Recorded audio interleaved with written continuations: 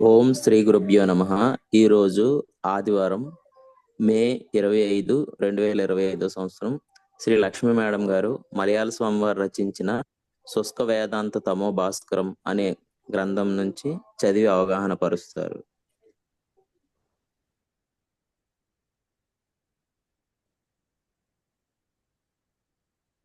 ఇది ఇవాళ కొత్త చాప్టర్ మొదలవుతుంది.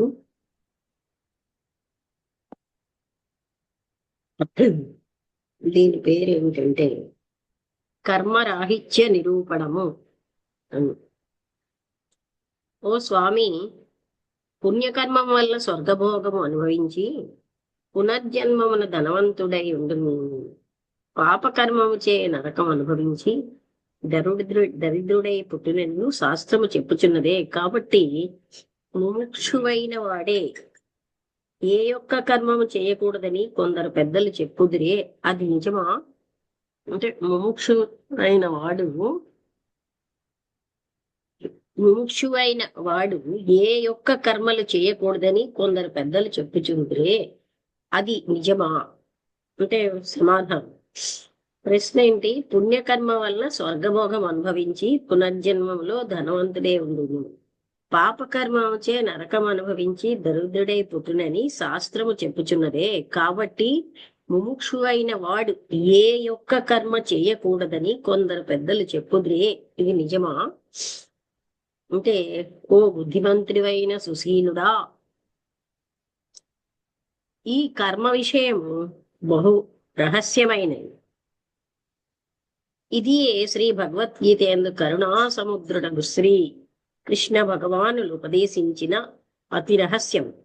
ఈ కర్మ యొక్క రహస్యము తెలియక మనుజులు బద్ధులగుచున్నారు. కర్మ కర్మణా నశ్యతి అని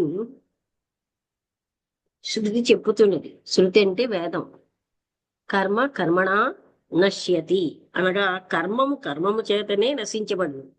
ఎలా అంటే విషము అంటిన వానికి మరి ఒక విషము చేతను, ఒక అస్త్రమును దానికి విరోధి అయిన మరి ఒక అస్త్రము చేతను, అనగా నాగాస్త్రమును గరుడాస్త్రము చేతను, ఇనుము చేతను అనగా ఇనువాకురాయిచే పిండి అగును. ఇనుము ఆకురాయిచే పిండి అగును. అంటే ఇనుము చేత, మలినము చేతను అనగా మలిన వస్త్రము మలినమైన మరి ఒక చవిటి మట్టి చేతను, మృత శరీరము కట్టెల చేతను ఎట్లు నశించునో అలాగుననే సకామము చేయబద్ధుడైన జీవుడు నిష్కామ కర్మము చే విముక్తుడగును. లేని ఎడల ముక్తి నొంద తరము కాదని కైవల్య నవనీతము విశదపరచుచున్నది. ఈ విషయమై ఇంకను శ్రీ శంకర భగవత్పాదాచార్యులు వివేక చూడామణి ఎందు చెప్పినది చూడందగును. అంటే ఏం చెప్పారు అని.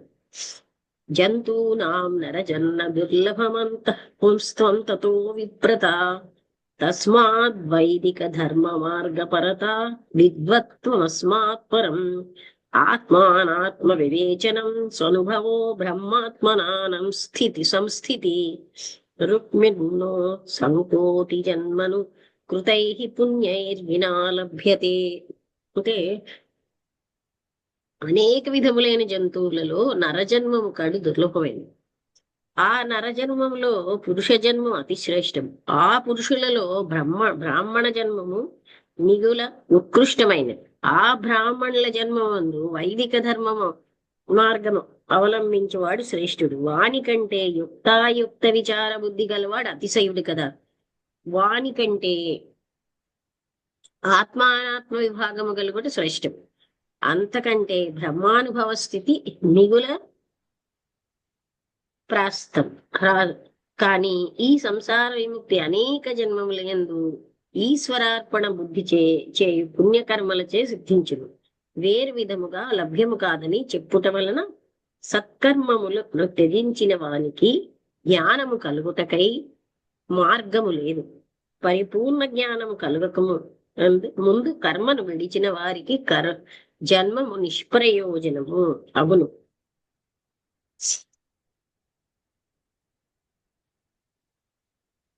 ఎలాగంటే నవమాసములు పూర్తి కాక మునిపే ప్రసవించిన శిశువు జీవించిన లేక ముదరని కాయ పండు పండుకు ఉపయోగపగున లేదు కదా. అలాగే అపరోక్ష జ్ఞాన పర్యంతము కర్మ చేయని వాడు భ్రష్టుడగును. సత్కర్మ పరిపాకతో అర్థమైంది కదా. ఎక్కడ అర్థం కాదో అడగండి. అర్థమైందా? ఇది అంటే కర్మ చేయని వాడు భ్రష్టుడవుతుంది. అపరోక్ష జ్ఞాన పర్యంతము అంటే డైరెక్ట్, పరోక్షం అంటే ఇండైరెక్ట్. అపరోక్ష జ్ఞాన పర్యంతము అది వచ్చే వరకు కర్మ చేయని వాడు భ్రష్టుడే. సత్కర్మ పరిపాకతో బహూనాం జన్మనామంతే నృణాం మోక్షేచ్ఛా జాయతే.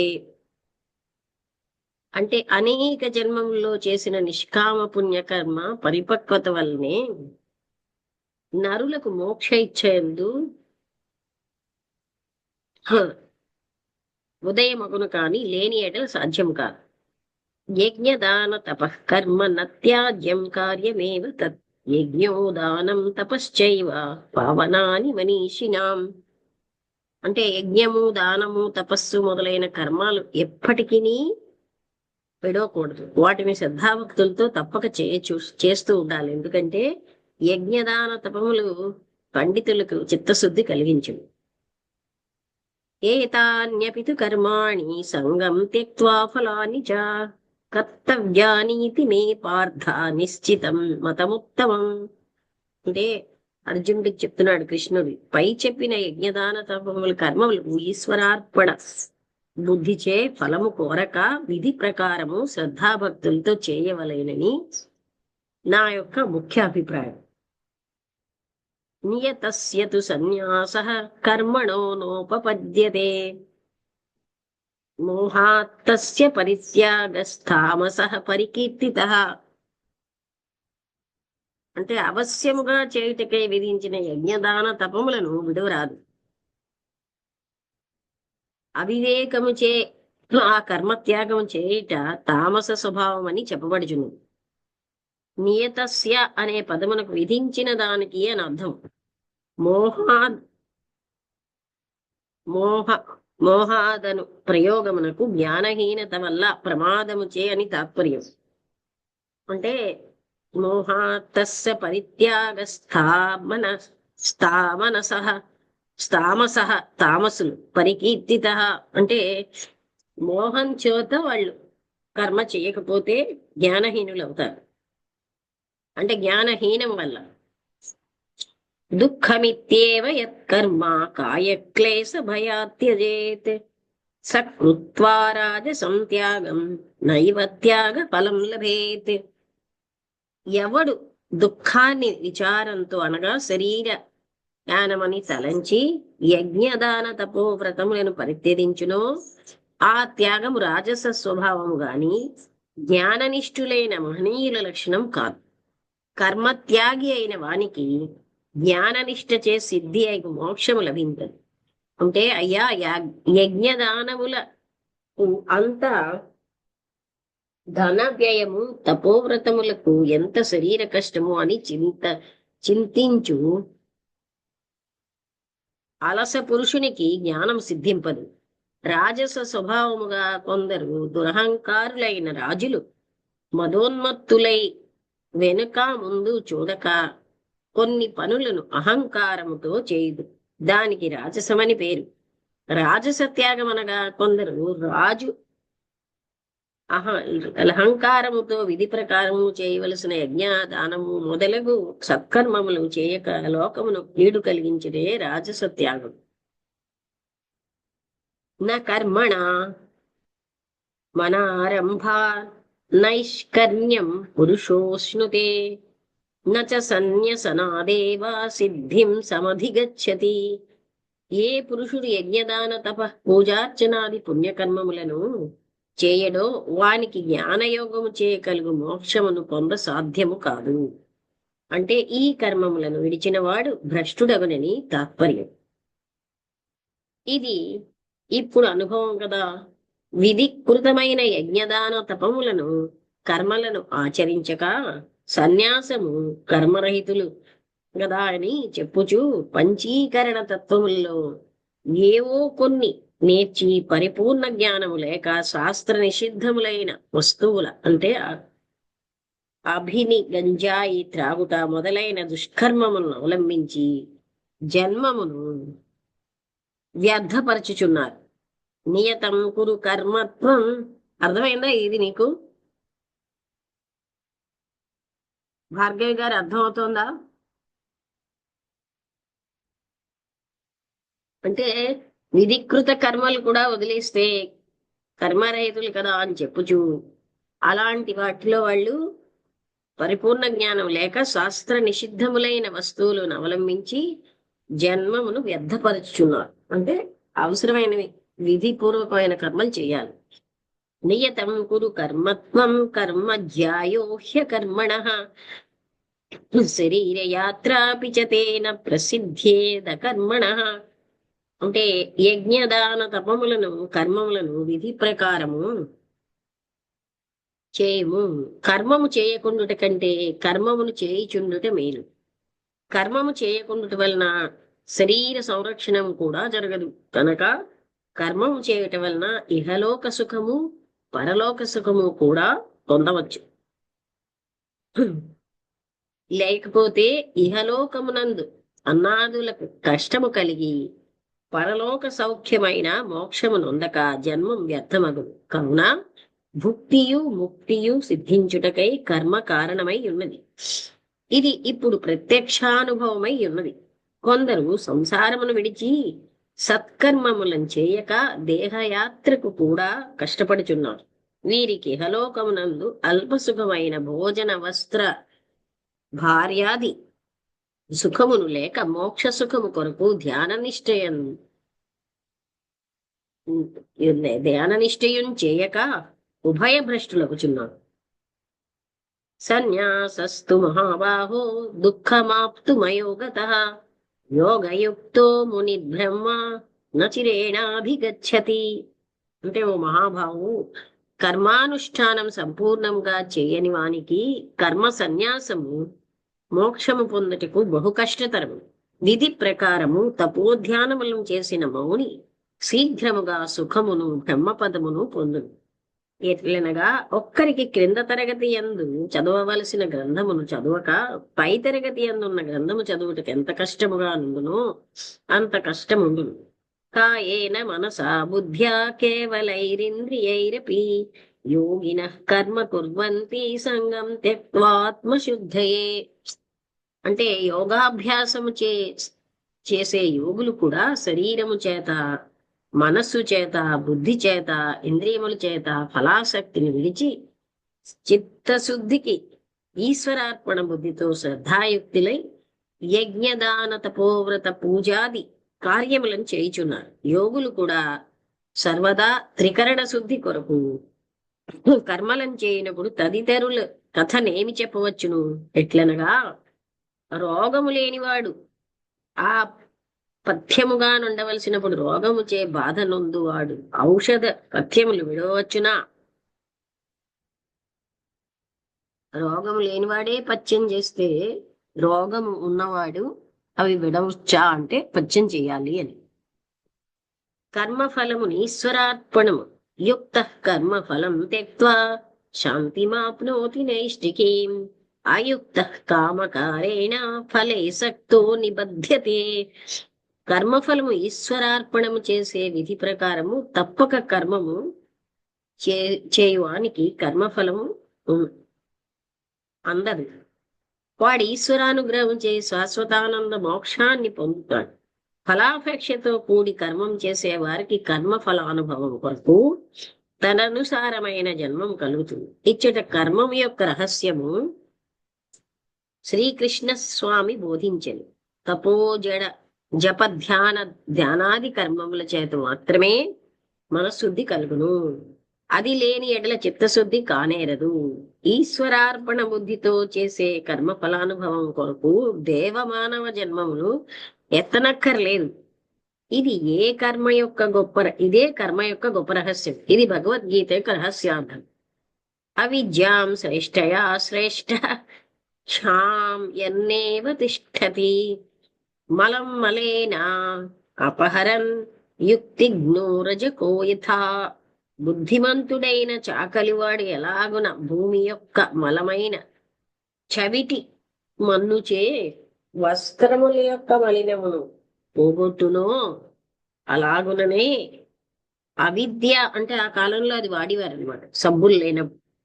అవిద్యా సంబంధమైన కర్మమును విద్యా సంబంధమైన శ్రేష్ఠ కర్మముచే పోగొట్టవలేనని శ్రీ వశిష్ఠ మునీంద్రుడి యొక్క అభిప్రాయం. కనుక ముముక్షు అయిన ప్రియ సోదర, శిష్ణోదర పరాయణులైన మూఢ వేదాంతుల వచనం చెవియందు ప్రవేశింపనీయక ధ్యాననిష్టను నీ యొక్క స్వరూప స్థితిను పర్యంతము త్యజింపరాదు. త్యజించిన ఎడల గురుద్రోహమునకు పాత్రుడగుదు. ఇది ఏ గొప్ప గురు శుశ్రూష. కర్షకుడు పొలములో తృణాదులను శుభ్రముగా తీసివేయమని కూలీలకు చెప్పగా కృషి ఫలితమునకు ఉపయోగపడు పైరులను కూడా పేకివేయి మూఢులు గలరా. అలాగుననే దుష్కర్మరాహిత్యం చేయమని విధి చోదితమై ఉండగా మోక్ష మార్గమునకు ఉపయోగపడి యజ్ఞదాన తపోధ్యానం విడువరాదు కదా. అట్టివారే మూఢులైన శుష్క వేదాంతులు. అంటే దుష్కర్మలు వదిలేయమన్నారు కానీ సత్కర్మలు కూడా, ఆ మంచి కర్మలు కూడా వదిలేసిన వాళ్లే శుష్క వేదాంతులు. విధి నిషేధముల రహస్యం. ఓ స్వామి, విధి నిషేధములు లేనివాడవు అచల పరిపూర్ణ రాజయోగి అనే వచనం నందున్న రహస్యము నాకు దయచేసి నన్ను నిస్సంశయనిగా చేయు తండ్రి. అంటే జవాబు, ఓ కుశాగ్ర బుద్ధి గల సోదరా, విధి నిషేధములు అతిక్రమం లోకాతీతుడై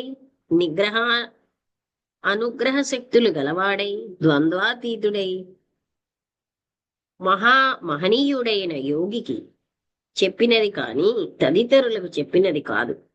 అట్లున్నప్పటికీ లోకాతీతమైన జ్ఞానం గల యోగీశ్వరుడు కూడా పామరుల వలె కర్తృత్వాది బంధములను విడిచి కర్మను చేయవలెనని శ్రీకృష్ణ భగవానుల యొక్క అభిప్రాయం. దీనిని తెలియక కొందరు శుష్క వేదాంతులు సర్వమును చేయవచ్చును, సర్వమును భుజించవచ్చును అని చెప్పి అర్థం కలదు అనే అర్థం కాదు. దీనికి ఒక కథ కలదు. ఒక మహాయోగీశ్వరుడు సర్వశక్తి గలవాడు. ఆయన యొక్క స్థితిని తెలియక శిష్యవర్గముల్లో కొందరు ఆయన వలె ఆచరించుటకై ప్రారంభించింది. వీరి మూఢత్వమును చూచి వారు 4 శిష్యులతో కూడి దేశాంతరమున ప్రయాణమేది. మార్గమధ్యమున మనుజ నివాసము లేని కారణంచే జలము కూడా దొరకటకు కష్టమైన సమయంలో ఒక ఇంద్రవాడు తటస్థించను. వానిని వారు దాహమునకు పూర్వసాధ్యము లేక జలం అడిగినప్పుడు నా వద్ద జలం లేదు, కళ్ళు మాత్రం ఉన్నదని చెప్పినంతనే గురువైన వారు సరి ఏమి చేయుదుమని కళ్ళునే తృప్తిగా పుచ్చుకుని శిష్యులతో ఏమియు పలుకక నడవసాగిరి. శిష్యులు కూడా దాహపీడితులైన కారణముచే సోముల వారే పుచ్చుకొనినప్పుడు మనం మాత్రమే కళ్ళు త్రాగకూడదని అందరున్నూ తృప్తిగా పుచ్చుకొని ఇదంతయును చూచుచున్న గురువు మరికొంత దూరము పోయిన తర్వాత జలము దొరకక కష్టపడు సమయమందును సమీపములో 2-3 కమ్మర ఇండ్లు మాత్రము తటస్థపడింది. వారిని జలమునకై యాచింపగా ఆ సమయంలో వారు కంచు కరిగి అచ్చుపోయేటకు చేతబట్టి ఉండి అచ్చట ఇదే జలము గాని మరి వేరు జలము చిక్కదని చెప్పిరి. సరి అదే పోయుమని చెప్పి గురు అగ్నిమయముగా ఉండు కరిగిన కంచును క్షీరము వలె కొట్టనిందుకు సుఖముగా త్రాగి శిష్యులకు త్రాగుమని సెలవిచ్చిరి. అగ్నిమయమగు కరిగిన కంచు చూడగానే వారు భయభ్రాంతులై ఊరకుండి. అప్పుడు గురువైన వారు, దీనికి సాధ్యము లేని వారు దానికిని అర్హులు కాదని చెప్పి భ్రష్టులుగా చేసి శపించిరి. వీరు కర్ణాటక దేశ సర్వజ్ఞ యోగుల వారని కొందరి అభిప్రాయం. ఈలాగున అనేక కథలు గలవు. గ్రంథ విస్తర భీతిచే వ్రాయలేదు. యద్యదాచరతి శ్రేష్టస్తత్తదవేతరో మనః జనః నయత్ ప్రమాణం కురుతే లోకస్థ అనువర్తతే. ఉత్తముడు అనిపించుకొనిన వాడు ఏ కర్మములు చేయునో తక్కిన వారును వాటిని అవలంబింతురు. అట్టి ఉత్తముడు దేనిని ప్రమాణముగా తీసుకొనునో లోకులందరూ దానిని ప్రమాణముగా గైకొంటకు సమ్మతింతురు. కనుకనే యథా రాజా తథా ప్రజా అని చెప్పే రీతి ఇప్పుడును కొందరు గ్రామాధికారులు సన్మార్గులై ఉండిన చోట్లలో ఆ ఊరి యందు అందరూ సద్గుణశాలురై కనబడుచున్నారు. తద్వతుగా కొందరు గ్రామాధికారులు మూర్ఖులై ఉండు చోట ఆ గ్రామవాసులందరూ దురాచారం గలవారై కనపడుచున్నారు. కనుక ఆ గ్రామాధిపతి అయిన వాడు వారందరూ చేసిన పాపమునకు పాత్రుడగుచున్నాడు. అలాగుననే మంచివాడు పుణ్యకర్మలకును పాత్రుడగును. కాబట్టి గ్రామాధికారుల నిండా శ్రద్ధతో నుండవలేను. తద్వులుగా అంటే యథా గురుస్తథా శిష్య, గురు ఎట్లున్నో శిష్యుడును ఆ రీతిగానే ఉండునని అర్థము. ఇది ప్రత్యక్షముగా కనబడుచున్నది, కొందరు ఉపయోగించుటకు కన్పట్టుచున్నది. కనుక ఇక మీదనైనను ఇలాంటి దురాచారములను శిష్యులకు బోధించి లోకమును పాడు చేయకుండుట కొరకై కరుణామూర్తి అయిన భగవంతుడు వీరికి మంచి బుద్ధినిచ్చి రక్షించుగాక. నమే పార్థాస్తి కర్తవ్యం త్రిషు లోకేషు కించన నానవాస్తమవాప్తవ్యం వర్త ఏవచ కర్మణి. అంటే ఓ పార్థ, ఒకప్పుడైనా కర్మమునందు సోమరితనము లేనివాడనై ఉండును. నాకు 3 లోకములలోనూ కొంచెమైనను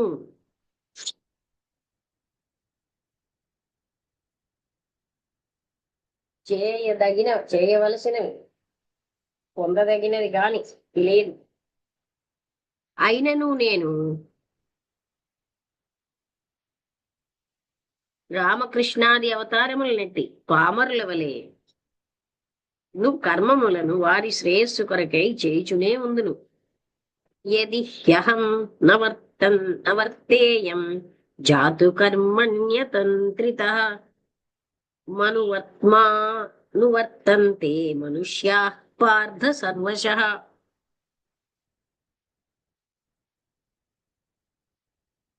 అంటే ఓ పార్థ, సోమరితనము లేనివాడు ఒక సమయమున కర్మలు చేయకనే ఉన్న ఎడల మనుషులు అందరూ అన్ని సమయములలో ఆ మార్గమునే అవలంబింతురు. ఉత్సీదేయురిమే లోకా న కుర్యాం కర్మ చేదహం. నేను కర్మము చేయనేని జనులు తామును కర్మమును చేయక నశింతురు. సక్తాః కర్మణ్య విద్వాంసో యథా కుర్వంతి భారత కుర్యాద్ విద్వాంస్తథా సక్తః చికీర్షుర్లోక సంగ్రహం. భారత, అజ్ఞానులు కర్మమునందు ఆసక్తులై ఎట్లు యథాశాస్త్రముగా చేయుచున్నారో అట్లే జ్ఞాని కూడా లోక లక్షణార్థమై ఫలాపేక్ష లేక కర్మములను చేయవలెను. ఇలా ఇది శ్రీకృష్ణ స్వామి అభిప్రాయం. తెలియక కొందరు రాజయోగులు వైరాగ్యాది గుణములలో కూడి జపధ్యానాది పూజలను చేయువారని సమీపించి వారికి జ్ఞానము కలిగినో లేదో కనిపెట్టక లజ్జ లేని వారై బుద్ధిహీనులై పరమ మూఢ స్వభావంతో ఏమో జపం చేయుచున్నారు. ఎవరిని ధ్యానించదు. ఎందుకనగా పటములకు విగ్రహములకు బహు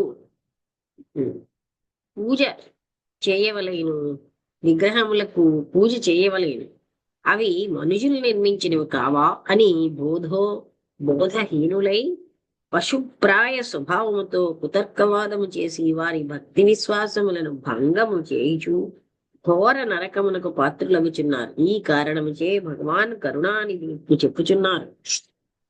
న బుద్ధి భేదం జనయేదజ్ఞానాం కర్మ సంగినాం జోషయే సర్వకర్మాణి విద్వాన్యుక్త సమాచరన్. ఆత్మజ్ఞానం కలవాడైనను జపధ్యాన తప పూజా వ్రత పారాయణములను ఆసక్తులై సంసారమందున్న వారి బుద్ధిని చలింపచేయరాదు.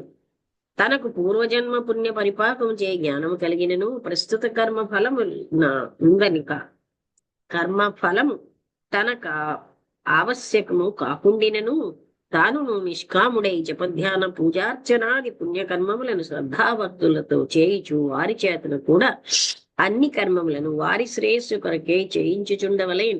సంసారమందున్న వారికి జప ధ్యాన పూజార్చనాది పుణ్యకర్మములు లేని ఎడల మనోనైర్మల్యం కలుగదు. నిర్మలత్వము ఎప్పుడు లేదో విషయ విరక్తి కలుగచాలు. విషయ విరక్తి లేనప్పుడు వైరాగ్యాది సాధన చతుష్టయ సంపత్తి సిద్ధి కానేది. సాధన చతుష్టయ సంపత్తి ఎప్పుడు పరిపూర్ణముగా లేదో వారికి మాయా విముక్తి అయి మోక్షము కలుగదు. ఇది శ్రీ వశిష్ఠుల వారికి తండ్రి అయిన చతుర్ముఖ బ్రహ్మ ఉపదేశించినది. తత్ర క్రియాకాండ పరాస్త్వయా పుత్ర మహాధియా ఉపదేశ్యాహ క్రియాకాండం క్రమేణ క్రమశాలినా. ఓ వత్సా, నీవు భరతఖండమునందుకు వెళ్ళి అచ్చటనున్న జనులకు ఉత్తమ మధ్యమ కనిష్టాధికారులను అనుసరించి కర్మభక్తి యోగములను ఉపదేశింపు. విరక్త చిత్తాశ్చ తథా మహాప్రజ్ఞా విరాగిణః ఉపదేశ్యాస్త్వయా సాధో జ్ఞానేనానందదాయినా. ఓ సాధో, సమస్తమైన విషయములందు విరక్తులై మహాప్రజ్ఞా స్వభావం గలవారై వైరాగ్యపరులైన వారికి మాత్రము పరబ్రహ్మానందము కలుగుటకై జీవ బ్రహ్మైక్య జ్ఞానము నీవు ఉపదేశింపు. ఇది గదా సరి అయిన మార్గము. ఒక డాక్టరు ఆస్పత్రి యందుండు ఒక్కొక్కరి రోగము వారి శరీర గుణము కనిపెట్టి దానికి తగునైన ఔషధ పథ్యములు ఏర్పాటు చేయక అందరికీ ఒకటే ప్రకారం ఆహారమిచ్చి వారితో ఓడి, మీరు రోగులు కారు, మీకు శరీరము ఎక్కడిది, నిత్య శుద్ధ ముక్తులు గదా, జనన మరణములు లేనివారు గదా అని చెప్పి తన వలె వారికి నీ రోగము లేదని విచారించుచు వాడెంత మేధావి అని చెప్పవచ్చును. అలాగుననే సంసారమందు నానావిధ జ్ఞాన రోగములచే అజ్ఞాన రోగములచే పరితపించు వారికి వారి వారి మనఃపక్వమును అనుసరించి కర్మోపాసన యోగధ్యానములు ఉపదేశింపక విచార శూన్యులై ఏమీ తెలియక జపధ్యానములను చేయువారిని ఖండించి వారి సంగతి ఏమని చెప్పవచ్చును. అజ్ఞస్య చార్థబుద్ధస్య సర్వం బ్రహ్మేతి యో వదేత్ మహానరక జాలేషు సతేన వినియోజితః. అజ్ఞుడై ఇంద్రియాది విషయములందు విరక్తి లేని వారికి ఈశ్వర ఉపాసనాది మార్గములను ఉపదేశింపక నీవే బ్రహ్మమని మహావాక్యం ఉపదేశిస్తే వాడు గురువుచే మహానరకమందు ప్రవేశింప చేయబడిన వాడగును. ఇది గొప్ప అపకారము కాని ఉపకారము కాదు.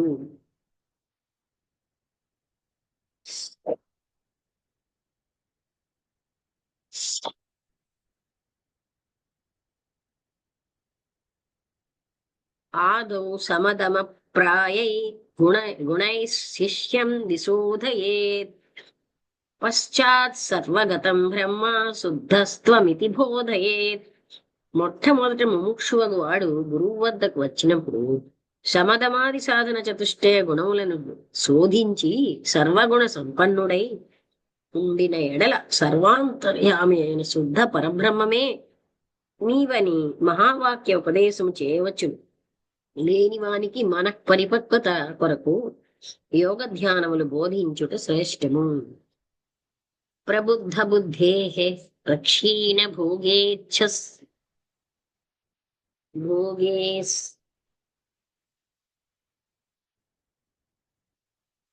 భోగేచ్ఛస్య నిరాశిషః నాస్త్య విద్యామలమితి త్వాదృశస్వైవ గోచరః. కుశాగ్రం వలె సూక్ష్మమైన బుద్ధి కలిగి సమస్తమైన భోగేచ్ఛను నశించిన వాడు అను, అంటే ఇహలోకమందు సచ్చందన వనితాది భోగములను, పరలోకమునందు దేవామృతాప్సర స్త్రీ విషయాది భోగములను అంటే కుక్క మలం వలె నికృష్ట బుద్ధిగా వాడును. అంటే వీటన్నిటిని అలా చూడాలి. దేహ సంబంధ క్షణ రక్షణమునకు కూడా ఆశ లేనివాడు, అవిద్యామల విక్షేప రహితుడు అయిన శ్రీరామచంద్రుని వలె పరమ పవిత్రుడైన వానికి మాత్రము బ్రహ్మజ్ఞానము గోచరమగును కాని తదితరులకు సాధ్యము కాదని శ్రీ వశిష్ఠ మునీంద్రుని యొక్క ఆశయము. బుద్ధ్యా నిశుద్ధయా యుక్తో ధృత్వాత్మానం నియమ్య చ శబ్దాదీన్ విషయాస్త్యక్త్వా రాగద్వేషౌ వ్యుదస్య చ. పరిశుద్ధమైన బుద్ధితో కూడినవాడి మహాధైర్యమైన ధృతిచే మనము ఆత్మయందు సంయమం చేసి శబ్దస్పర్శ రూపరసాదులైన విషయములను విడిచి రాగద్వేషములను వదలవలేను. ఇది ఇంకా కొంచెం వివరించా.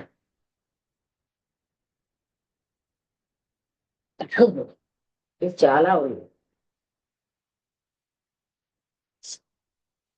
అయినా చూద్దాం కొంచెం.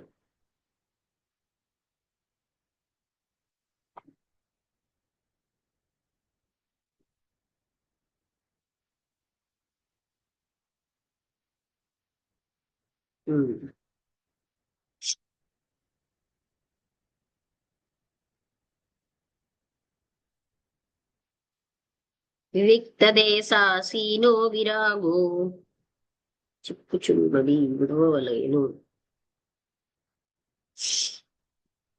ఇంకా